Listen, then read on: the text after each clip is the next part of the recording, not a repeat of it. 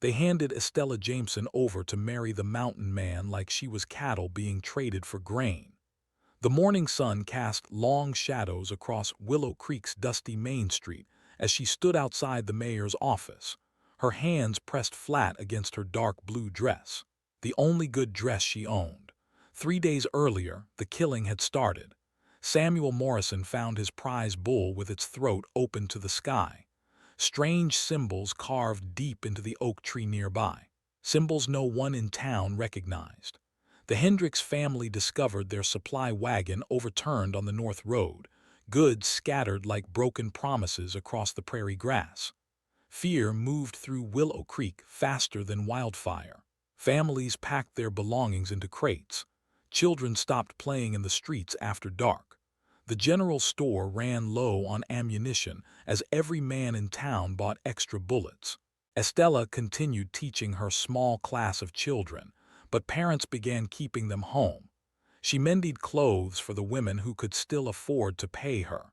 She listened to the whispered conversations that died when she entered rooms. The emergency meeting filled the church beyond capacity.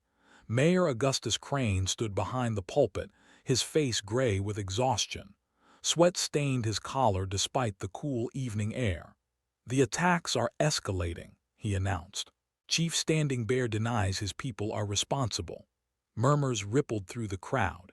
Estella sat in the back row beside Martha Reynolds, her closest friend since childhood. Martha's fingers worried the hem of her shawl. "We need help," Crane continued. "Help that can bridge both worlds." That was when Ezekiel Thorne walked through the church doors. The mountain man filled the doorway like a storm cloud. His dark hair touched his shoulders. His beard was trimmed but wild, clothes worn but clean. He moved with the careful grace of someone who understood that survival meant watching everything at once. Conversation ceased. Even the children stopped fidgeting. "You sent word you needed a solution," Thorne said. His voice carried the weight of winter mountains. "I can give you peace." Mayor Crane cleared his throat. "What do you propose?" "Marriage alliance. Someone from your town. Someone who can learn the old ways and help keep the peace." Estella felt the shift in the room like a change in barometric pressure. Eyes began turning toward her, not toward the banker's daughter or the preacher's niece, toward her. Martha's hand found hers, squeezed once, then let go. After the meeting, Estella walked home through streets that felt different, smaller. The walls of her modest cabin seemed to press closer as she lit her oil lamp and tried to read.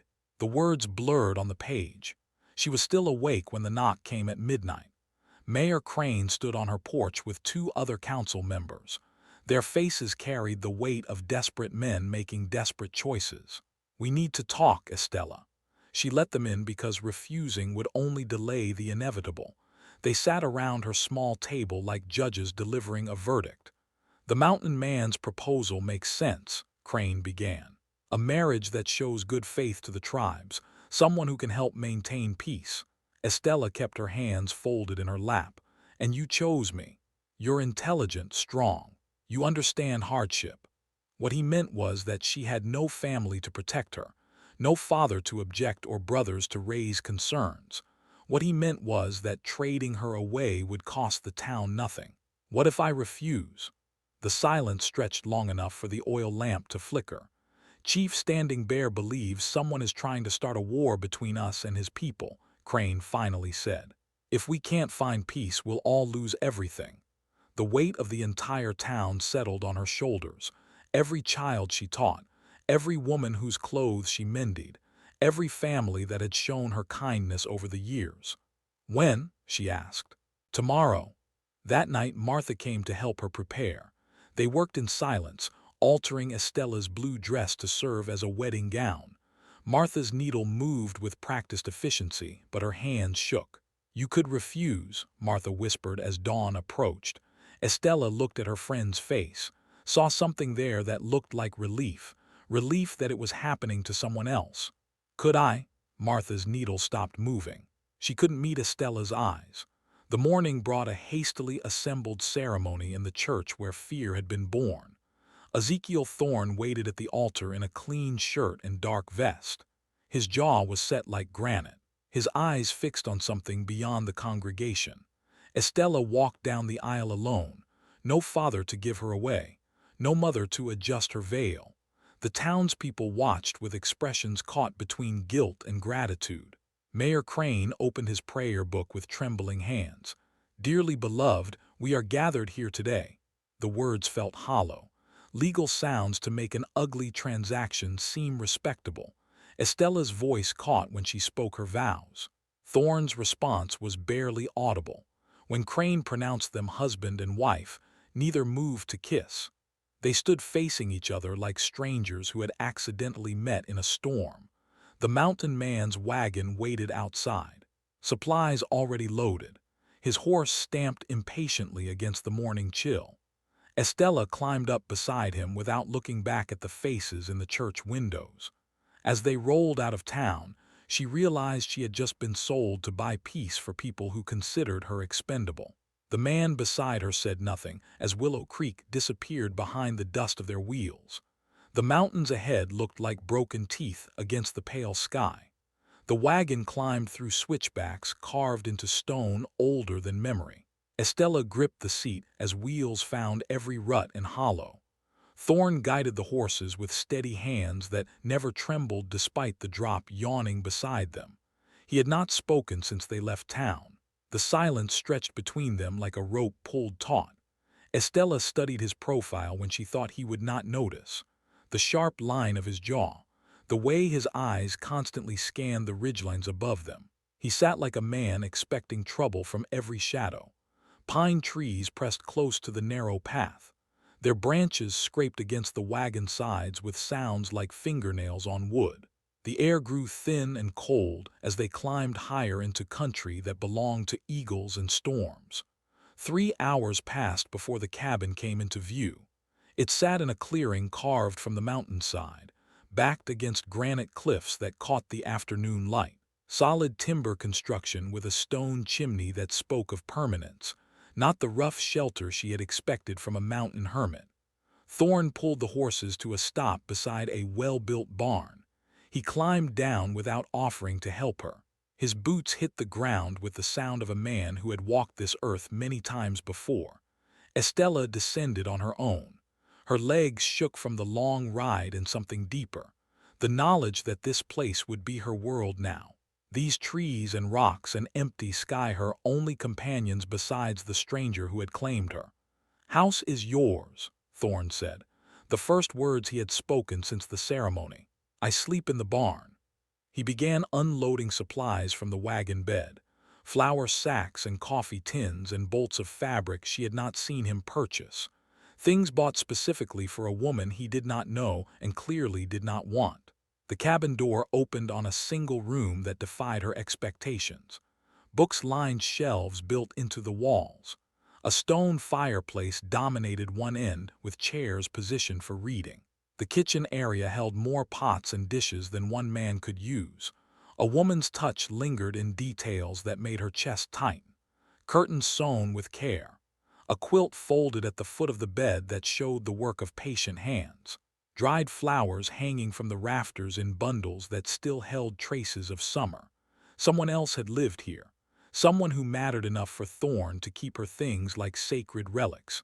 Estella set her small bundle of belongings on the table. Everything she owned fit in a flour sack. Her other dress, her mother's Bible, the silver thimble that had belonged to her grandmother. The poverty of her possessions struck her fresh in this room built for a life she would never have. Thorne appeared in the doorway with the last of the supplies. He moved through the space without looking at the feminine touches that marked it, without acknowledging the ghost that lived in every carefully preserved detail. "Food in the pantry," he said. "Wood by the door. Creek runs year-round behind the house." She nodded because words seemed impossible. "I check the boundaries every few days, sometimes longer." He set coffee tins on the counter with precise movements. "You need something, ring the bell by the door, I hear it." He moved toward the door like a man escaping a fire. "Wait." The word left her before she could stop it. He paused without turning around. "What am I supposed to do here?" His shoulders tightened beneath his shirt. "Whatever you want. You are safe." Then he was gone, leaving her alone with the echoes of another woman's life. Estella spent the evening exploring her new prison. The books revealed Thorne's education, poetry by Walt Whitman, scientific journals from Eastern universities, agricultural texts and treatises on animal husbandry, the collection of a man who thought about more than survival.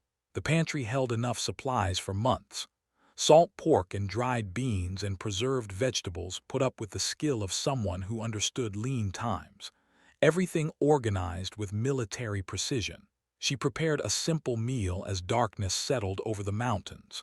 Set 2 plates out of habit, then put one away when she remembered she would be eating alone. The night sounds were different here. Wind through pine boughs instead of voices from neighboring houses. The distant call of something wild instead of dogs barking in familiar yards. The silence pressed against the windows like something alive. She slept poorly in the bed that still held traces of lavender sachets someone else had sewn. Morning brought the sound of an axe biting wood outside. Estella dressed and stepped onto the porch to find Thorne splitting logs behind the barn. His shirt hung on a fence post. Sweat gleamed on his back as he worked. Each swing was controlled, efficient. The wood split clean along the grain. He worked like a man trying to exhaust something that could not be tired. She watched until he sensed her presence and reached for his shirt. The moment of connection broke like thin ice over deep water. By the time she had breakfast ready, he was gone. The pattern continued for days. He left before dawn and returned after dark. Sometimes she heard him moving around the barn or working on repairs to the fence. Sometimes she caught glimpses of him checking his horses or cleaning his rifle. But he never entered the cabin, never shared a meal, never spoke beyond the bare necessities of coexistence. Estella began to understand that she had not been married, she had been housed, kept safe like livestock or supplies that needed protection from weather and wolves. On the 4th day, she found the packages. They sat on the porch steps like offerings left by a careful ghost. Soap that smelled of roses. A bolt of blue fabric that matched her eyes. A book of poems with the pages still uncut. Things chosen with attention to details he should not have noticed. She looked toward the barn but saw no sign of him. Only the evidence of his awareness.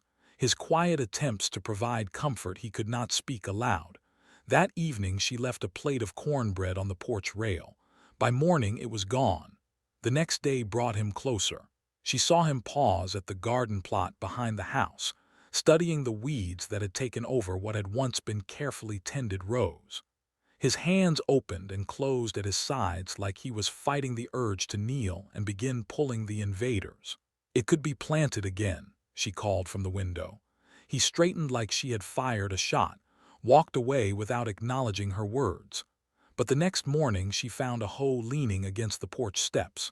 They worked the garden in shifts. She would weed a section, then retreat to the house. He would appear to turn the soil and disappear again before she could thank him. Slowly, the plot took shape under their separate labors. The first time they worked the same rows at the same time happened by accident. A late spring storm caught them both outside. Rain began falling in sheets that turned the mountain paths to rivers of mud. They took shelter under the porch roof, pressed against opposite ends of the small space. Water poured from the eaves between them like a curtain. Lightning turned the world white and electric. "How long have you lived here?" she asked during a lull in the thunder. His jaw worked like he was chewing over whether to answer. 5 years. Alone? The question hung in the rain-washed air. He studied his hands with the attention of a man reading scripture. Not always. The admission cost him something. She saw it in the way his shoulders drew tight, in the careful distance he maintained even in the small space they shared. "She died?" Estella asked gently. "Fever took her and the baby both." His voice was flat as hammered metal. "Winter of '67. The words dropped between them like stones into still water. Estella understood then why he slept in the barn, why he could not bear to change anything in the cabin, why her presence felt like a betrayal of something sacred. "I am sorry," she said. He nodded once, sharp and final. The storm passed as quickly as it had come. He left the porch the moment the rain stopped falling, but something had shifted between them, some small crack in the wall he had built around his grief. That night he knocked on the door after dark. She opened it to find him holding a plate of food she had left for him, clean and empty. "Thank you," he said, two words that carried the weight of everything he could not say. Then he handed her the plate and walked back into the darkness. But for the first time since she had arrived, Estella felt less like a burden being carried and more like a guest being welcomed. The difference was small but real as the mountain wind that sang through the pines. The next storm came 3 days later with wind that bent the pines like prayer. Thorne returned from patrol soaked through and favoring his left side. Blood seeped through his shirt where something had torn the fabric. Estella met him at the door before he could retreat to the barn. "You are hurt." He tried to step around her. She moved to block his path. "It is nothing. Let me see." The authority in her voice surprised them both. She had spent years tending scraped knees and fevered children. Injuries were problems to be solved, not endured in silence. He stood motionless as she lifted his shirt to examine the gash along his ribs. 3 parallel tears that spoke of claws rather than thorns. Deep enough to need attention but not deep enough to threaten his life. "Sit," she ordered, pointing to the kitchen chair. This time he obeyed. She heated water and gathered clean cloth while he sat rigid as carved stone. The lamplight caught the scars that marked his torso, old wounds that told stories of a life lived on the edge of violence. Her hands were steady as she cleaned the cuts. His breathing stayed controlled even when the carbolic must have burned. They worked in silence broken only by the storm rattling the windows. "Bear?" she asked, examining the claw marks. "Mountain lion," surprised us both. She began wrapping his ribs with strips torn from a clean sheet. Her fingers brushed his skin as she worked. He did not pull away. "You should not patrol alone." "No choice." "There is always a choice." He looked at her then, really looked. His eyes held depth she had not seen before, pain that went deeper than the fresh wounds. Some choices cost more than others. She tied off the bandage and stepped back. He reached for his shirt, but she caught his wrist. The contact froze them both. "What are you protecting us from out there?" His pulse beat steady under her fingers, strong and sure despite everything he carried. "Truth." The word hung between them heavy as mountain stone. She released his wrist but did not step away. "What truth?" He pulled on his shirt with careful movements. The gesture felt like walls being rebuilt. "Someone wants the attacks to continue, someone who benefits from fear." The implications settled over her slowly. The convenient timing of the attacks, the strange symbols that matched no tribe's markings, the desperation that had driven the town to trade her away. "You have been investigating. For weeks. Alone." "It was my burden." She studied his face in the lamplight, saw the exhaustion that went beyond physical weariness. He had been carrying the weight of everyone's safety while they blamed him for their fear. Not anymore. Something shifted in his expression, a crack in the armor he wore against the world. "Estella." Her name in his voice sounded different, not the careful politeness he had maintained since their wedding, something warmer, more real. "Show me what you have found." He hesitated, then moved to a chest in the corner she had assumed held winter clothes.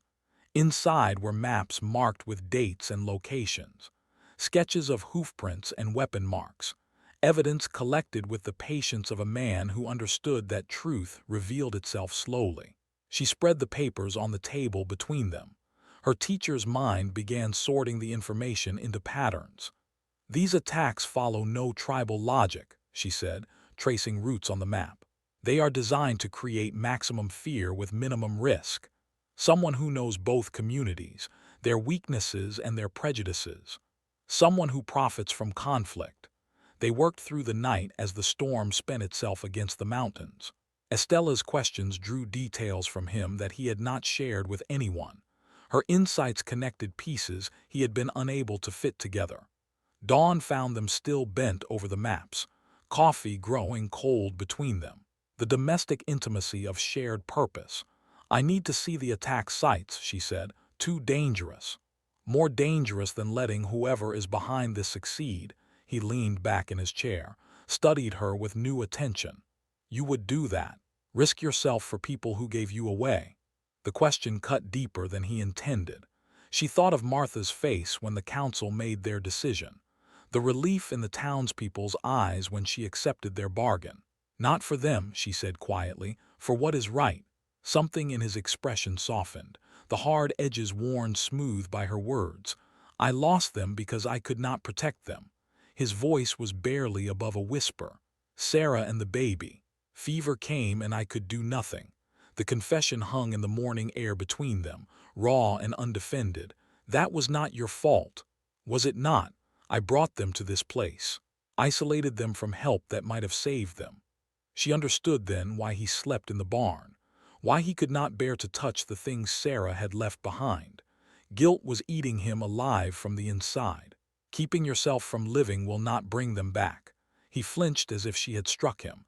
Living feels like betrayal. Dying would be. The words settled between them with the weight of stones dropping into deep water. Outside, the morning sun broke through the clouds that had brought the storm. Teach me, she said. Teach me to track and read signs and survive in this country. Let me help carry the burden. He was quiet for so long she thought he would refuse. Then he nodded once, sharp and decisive. It will be hard. I am not fragile. No, he said, looking at her with something that might have been admiration. You are not. That afternoon he began showing her the skills that had kept him alive in country that killed the careless. How to read the wind for information it carried. How to move through brush without leaving sign. How to distinguish between sounds that belonged and those that warned of danger. She was a quick student. Her intelligence adapted to this new kind of learning with the same focus she had brought to books and children. As they worked, the careful distance he had maintained began to shrink. He corrected her grip on the rifle by covering her hands with his own, showed her how to find direction by standing close enough that she could feel his warmth. Small intimacies that spoke of trust being born from shared purpose. Evening found them sitting on the porch steps, watching stars emerge over the peaks. The air between them felt different, charged with possibility that had not existed before. Tomorrow we ride to the first attack site, he said. Together, together. The word carried more weight than either of them was ready to acknowledge, but it settled between them like a promise, a beginning of something that might grow into more than survival. Inside the cabin, Sarah's things waited in their careful preservation. But outside, under the vast Montana sky, two wounded people had taken the first steps toward healing each other. The mountains held their secrets close, but some truths were stronger than stone. They rode out at first light with the mountains still wrapped in morning mist. Estella sat her horse with growing confidence, back straight and eyes alert to the lessons Thorne had been teaching her. The rifle across her saddle felt less foreign now, more tool than threat. The Morrison place lay 3 hours south through country that rolled between pine forest and open meadow. Thorne led them by paths that avoided the main roads, staying to high ground where they could see trouble coming. "Why did you agree to the marriage?" Estella asked as they paused to rest the horses. Thorne studied the horizon before answering. Access, town folk would not trust a mountain hermit. Tribal leaders needed proof I belonged somewhere. So you used me. The words came out sharper than she intended. He turned in his saddle to face her fully. Yes, the honesty hit harder than a lie would have, but something in his expression softened the blow. At first, he continued, before I knew you. And now, he was quiet so long she thought he would not answer. When he spoke, his voice carried the weight of admission. Now I wish the circumstances had been different. The Morrison place showed the calculated violence Thorne had described. The bull lay where it had fallen, bones picked clean by scavengers. But the symbols carved into the nearby oak told a different story than grief or rage. Estella knelt beside the markings, while Thorne examined the ground for sign. The cuts were too precise, too deliberate, made with tools, not weapons. These were carved after, she said. The wood is lighter where the bark was removed. This tree was marked days later. Thorn crouched beside her. His shoulder brushed hers as he traced the symbols with one finger. Someone wanted them found, wanted them to be seen as tribal work. Someone who knows enough about tribal markings to make them convincing. They spent the morning documenting details the sheriff had missed. Hoof prints that belonged to shod horses, not Indian ponies. Tool marks that spoke of steel implements, not stone knives. Evidence of a deception carefully crafted to fool frightened people. The pattern repeated at the second site. And the third. By afternoon, they had built a case that would convince anyone willing to look past their fear. The attacks were theater, performance designed to drive the town toward exactly the kind of desperate bargain they had made. Land speculators, Thorne said as they made camp in a grove of aspens. Has to be someone who profits from driving people out. Estella built up their small fire while he tended the horses. The domestic routine felt natural now, partnership born from shared work and common purpose. Victor Blackwood, she said suddenly. Thorne looked up from checking his horse's shoes. Eastern man who has been asking questions around town, wanting to know about mineral rights and water access. Martha mentioned him several times. Something cold moved through Thorne's expression at the mention of her friend's name. What did she say about him? That he was charming, that he understood how hard frontier life could be for a woman. The pieces clicked together with the sound of a rifle bolt sliding home. Estella felt the blood drain from her face as the implications became clear. She told him things. About the town's defenses, about who lived where and what they feared most. Thorne nodded grimly. About you. The betrayal cut deeper than the town council's abandonment. Martha had been more than a friend. She had been the sister Estella never had. The constant in a life marked by loss and displacement. I have to warn her, Estella said. If Blackwood realizes we are investigating, she could be in danger. Or she could warn him we are coming. The possibility hung between them heavy as smoke from green wood. Estella wanted to deny it, wanted to believe in the friendship that had sustained her through years of being an outsider in her own community. But Martha's face when the marriage was announced had held relief, not sorrow. Relief that someone else was being sacrificed. We need proof, she said finally. We need to be careful. They rode closer to town as evening approached, staying to the timber line where they could observe without being seen. Smoke rose from chimneys in the gathering dusk. Lamplight flickered in windows that held the promise of safety and belonging. Estella felt the pull of it, the desire to be part of something larger than herself. But she also remembered the coldness in the eyes that had watched her wedding with gratitude instead of sympathy.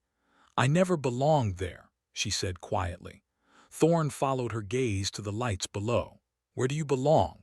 The question touched something deep inside her chest, a longing she had carried for years without naming. I do not know. They made camp in a hollow screened by pine boughs and granite boulders, close enough to town to watch the roads but hidden from casual observation. The fire burned low between them as they shared a simple meal of hardtack and jerky. Tell me about Sarah, Estella said. The name fell into the silence between them and shattered something that had been carefully held together. Thorne's hand stilled on his coffee cup. She was light, he said after a long moment. Everything about her was bright and warm and alive. How did you meet? Denver. She was a preacher's daughter who thought she could save a broken man. Could she? For a while. The admission cost him.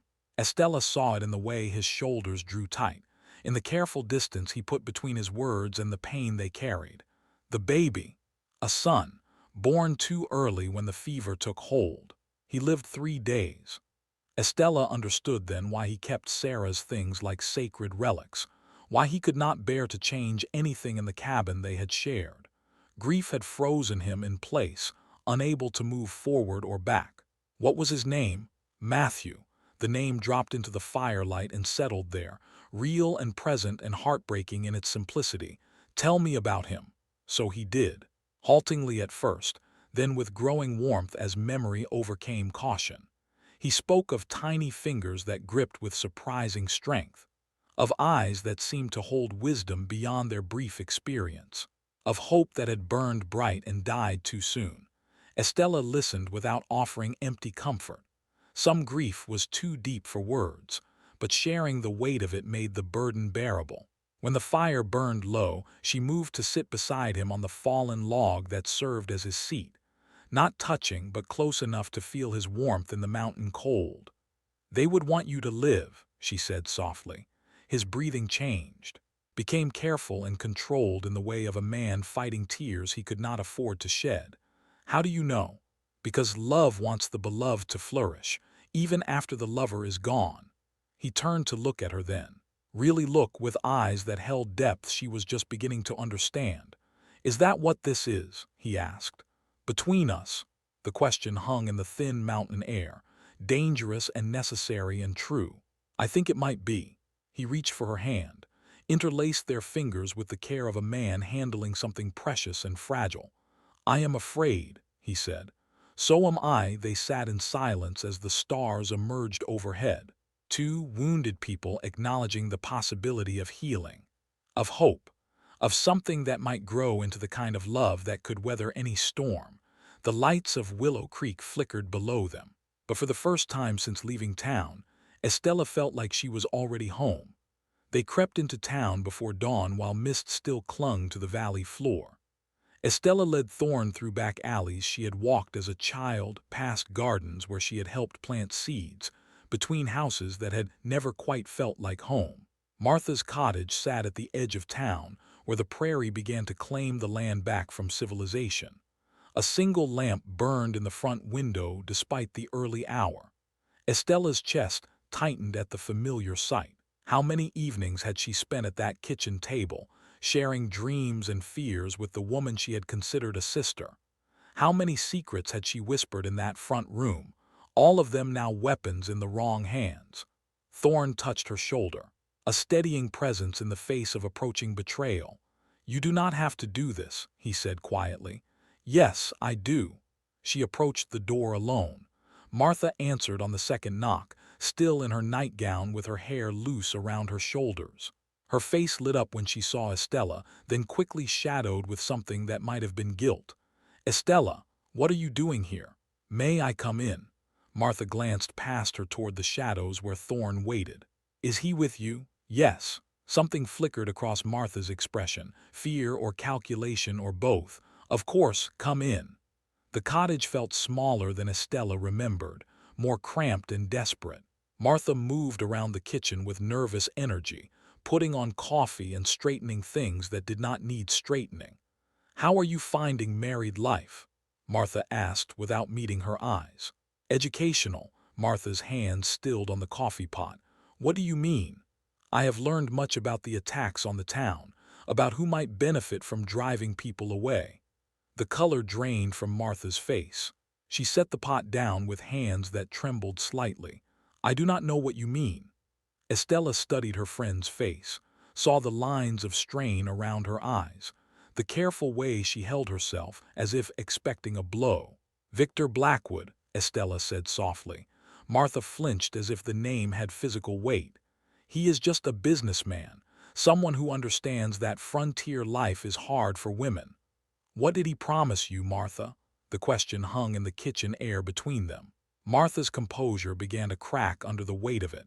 "You do not understand," she whispered. "This place is killing me slowly. The loneliness and the fear and the knowledge that nothing will ever change." "So you helped him terrorize innocent people. No one was supposed to be hurt. He said the attacks would just frighten people into selling their land, that everyone would be better off somewhere safer." Estella felt something cold settle in her stomach. The naive faith in Martha's voice spoke of manipulation as much as betrayal. "What about the marriage arrangement? Was that his idea too?" Martha's silence was answer enough. "He knew I would ask questions if I stayed in town," Estella continued. "So he convinced you to support sending me away. It was not supposed to be permanent. He said once the land deals were finished, you could come back." The lie was so transparent it hurt to hear. Estella saw her friend clearly for the first time.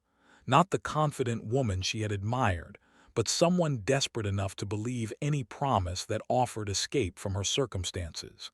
He is using you, Martha.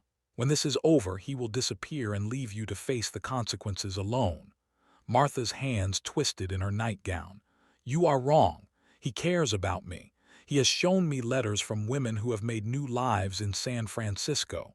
Letters he could have written himself. The words hit their mark. Martha's face crumpled as doubt finally found purchase in her desperate hope. What does he want from you now? Estella asked gently. Information about your investigation, about what you and your husband have discovered. When is the next attack planned? Martha looked toward the window as if expecting to see Blackwood watching from the shadows. Tomorrow night, during the harvest dance.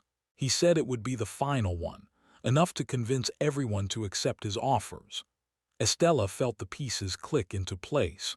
A coordinated attack during the town's biggest gathering, maximum casualties and terror. The perfect excuse for the kind of retaliation that would justify driving out the native population as well. How many men does he have? I do not know. He never let me see them together. Where are they camped? The old mining claim up Copper Creek. But Estella, you cannot stop this. He has too many men and too much planned. Estella stood and moved toward the door. Behind her, Martha began to weep, quiet sobs that spoke of dreams dying and choices that could not be undone. Come with us, Estella said without turning around. Help us stop this and face the consequences with dignity. I cannot. If he discovers I warned you, he will kill me. If you do not warn us, innocent people will die, including you, once he no longer needs your information. Martha's sobs grew louder, the sound of a woman finally understanding the trap she had built around herself. Estella stepped outside into the pre-dawn darkness. Thorne materialized from the shadows, reading the devastation in her face without needing explanation. She told him everything, Estella said, including our investigation. He knows we are gathering evidence. He will move faster now. They walked quickly toward the edge of town where their horses waited. Behind them, lamplight flickered in more windows as the settlement began to wake. The attack is tomorrow night, Estella continued, during the harvest dance when everyone will be gathered in one place. Thorne's jaw tightened. How many men? She did not know, but enough to make it look like a tribal raid that went wrong. They reached their horses and mounted quickly. The eastern sky was beginning to lighten with the promise of dawn. We need help, Thorne said. Chief Standing Bear needs to know what is planned. Will he believe us? He will believe the evidence we have gathered, and he has as much to lose as anyone if this succeeds. They rode hard toward the tribal lands, pushing their horses through country that grew wilder with each mile. The mountains rose around them like ancient guardians keeping watch over secrets older than the white man's coming. Estella felt the weight of time pressing against them. 24 hours to prevent a massacre. 24 hours to expose a conspiracy that had already cost her everything she thought she knew about friendship and belonging. But riding beside Thorne through the morning light, she also felt something else. Purpose. The knowledge that they were fighting for something larger than themselves. Behind them, Willow Creek prepared for a celebration that would become a trap. Ahead lay the uncertain alliance they would need to save it.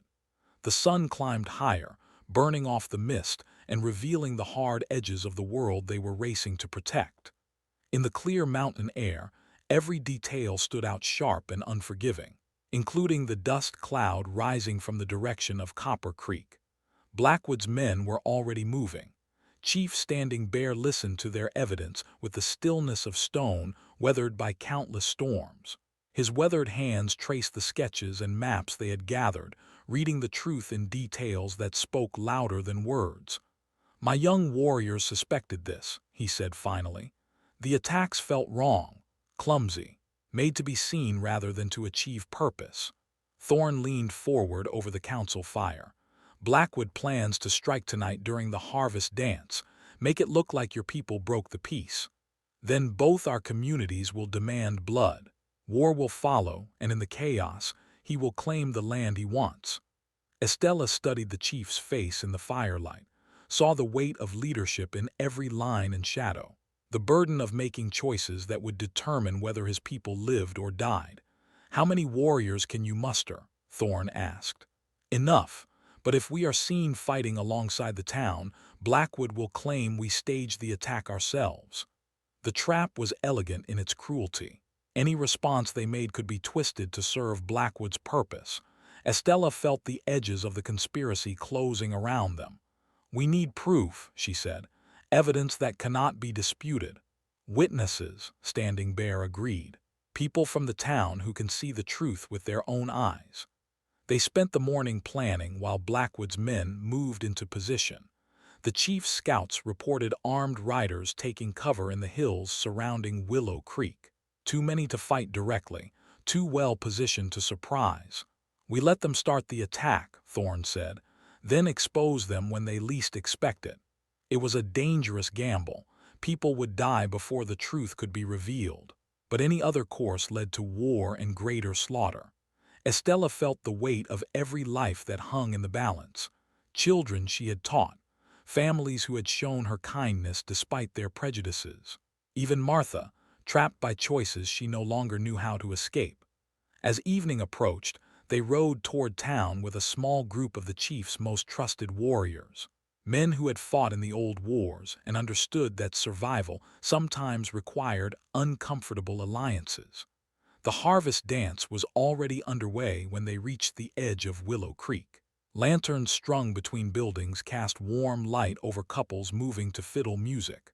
The sound of laughter carried on the night air. Estella's chest tightened at the sight.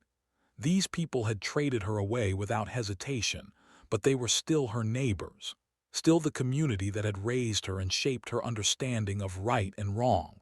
Thorne's hand found hers in the darkness, steady and warm and certain. "Whatever happens tonight," he said quietly, "I want you to know something." She waited, reading the gravity in his voice. "They gave you to me for peace, but you gave me something more valuable. You gave me a reason to hope again." The words settled between them with the weight of vows spoken before God and witnesses. Not the hollow ceremony that had bound them legally, but the real marriage that had grown from shared struggle and mutual respect. "I love you," she said, simple words that carried everything she could not express. "And I love you." The first shots came from the hills east of town just as the music reached its peak. Muzzle flashes bloomed in the darkness while bullets shattered windows and splintered wood. Panic erupted in the street. People scattered for cover while the attackers poured down from their positions. But something was wrong with the assault. The shots were aimed high, meant to terrify rather than kill. Estella and Thorne moved through the chaos toward the center of town where Mayor Crane was trying to organize a defense. Behind them, Standing Bear's warriors spread out to surround the attackers. "Indians," Crane shouted over the gunfire. "I knew they could not be trusted." "Look again," Thorne called back. "Look at their horses, their weapons." But fear had already taken hold. Men grabbed rifles and prepared to ride out in retaliation against the nearest tribal camp. The exact response Blackwood had counted on. That was when Martha stepped into the street. She walked through the crossfire with the steady pace of someone who had already made peace with death. In her hands, she carried papers that fluttered in the wind from passing bullets. "Stop," she shouted. "All of you stop and listen." Her voice cut through the chaos with surprising authority. The shooting slowed as confusion replaced panic. "These are not tribal warriors," she continued, holding up the papers. "These are Victor Blackwood's men, and I have the proof." She began reading from correspondence that detailed the entire conspiracy, letters that outlined payment schedules and attack plans, documents that proved the manufactured nature of every assault on the town. The shooting stopped entirely as both sides tried to process what they were hearing. In the sudden silence, Blackwood himself emerged from behind the general store with a pistol in his hand. "Shut your mouth, woman," he snarled. But it was too late. Standing Bear's warriors had used the distraction to surround the attackers. Town folk who had grabbed weapons now turned them toward the real enemy. Blackwood's carefully orchestrated plan crumbled as his hired men found themselves outnumbered and exposed. "You have destroyed everything," he raged at Martha. "No," she replied with quiet dignity. "I have saved what I could." The confrontation ended not with violence but with justice. Blackwood and his men were disarmed and bound, while the evidence of their conspiracy was read aloud to the assembled crowd. Estella watched her former friend face the consequences of her choices with something approaching grace. Martha had found her courage too late to avoid pain, but not too late to matter.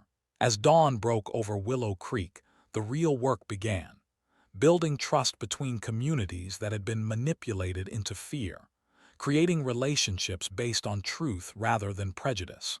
Estella and Thorne stood at the center of it all, their marriage no longer a desperate bargain but a bridge between worlds.